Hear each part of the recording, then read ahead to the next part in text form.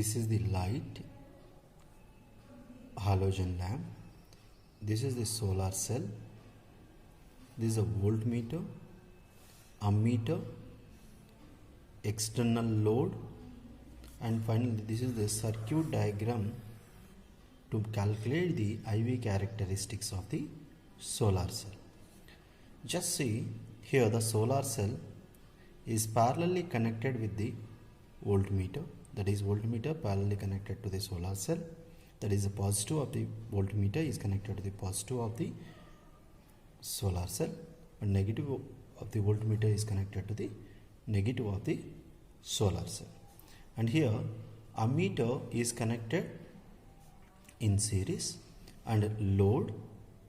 So in the connection point of view, the positive of the voltmeter is connected to the positive of the ammeter, and negative of the ammeter is connected to the one of the terminal of the load, as load doesn't have any positive and negative signs, and the another load connection is connected to the voltmeter negative.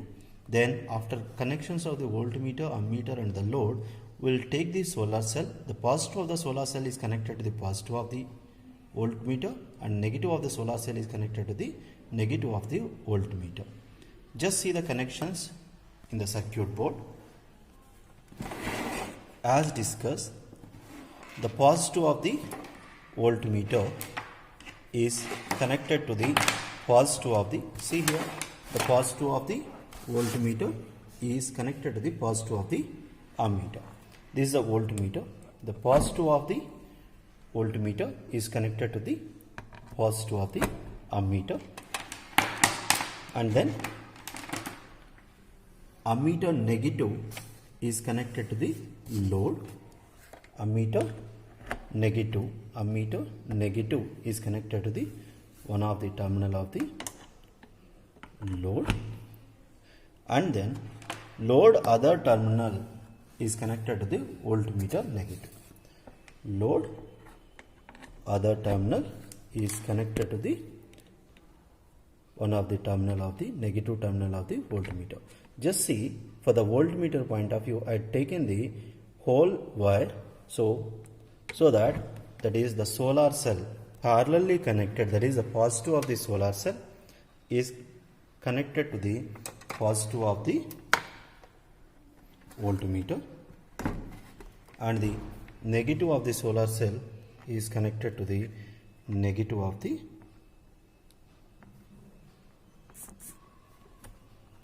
solar cell. So the connections point of view, the connections are over. Even we can use this light, that is halogen lamp, can be given to the this one here, or you can give directly to the that power box.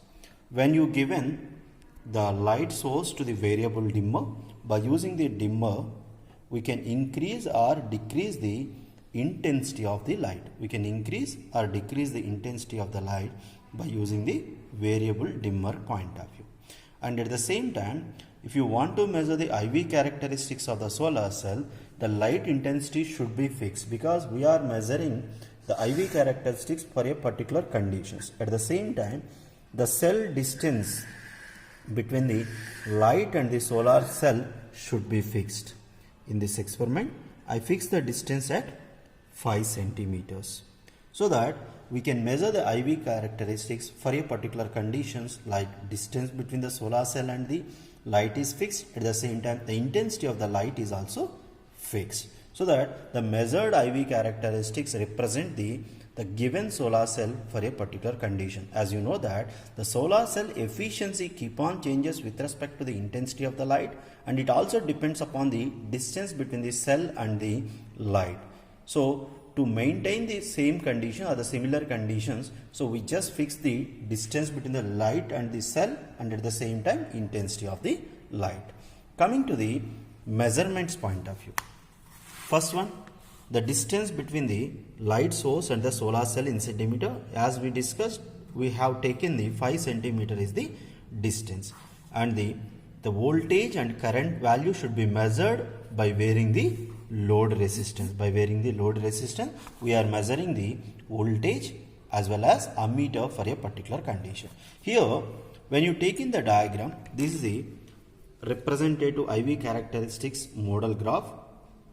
So here, see here, this is the point, x-axis point. We take in the x-axis is the voltage and y-axis is the current value. So this point is representing the current is 0. When the current is 0 in general in a circuit, if the circuit breaks, that means, for example, if I remove the circuit here, then the circuit is discontinued in the then the current won't pass through the circuit, then the current becomes 0. That condition is considered as the open circuit condition, and this particular voltage is corresponding voltage is take it as the open circuit voltage. So that can be measured by removing one of the terminal of the load. The corresponding voltage is considered as open circuit voltage.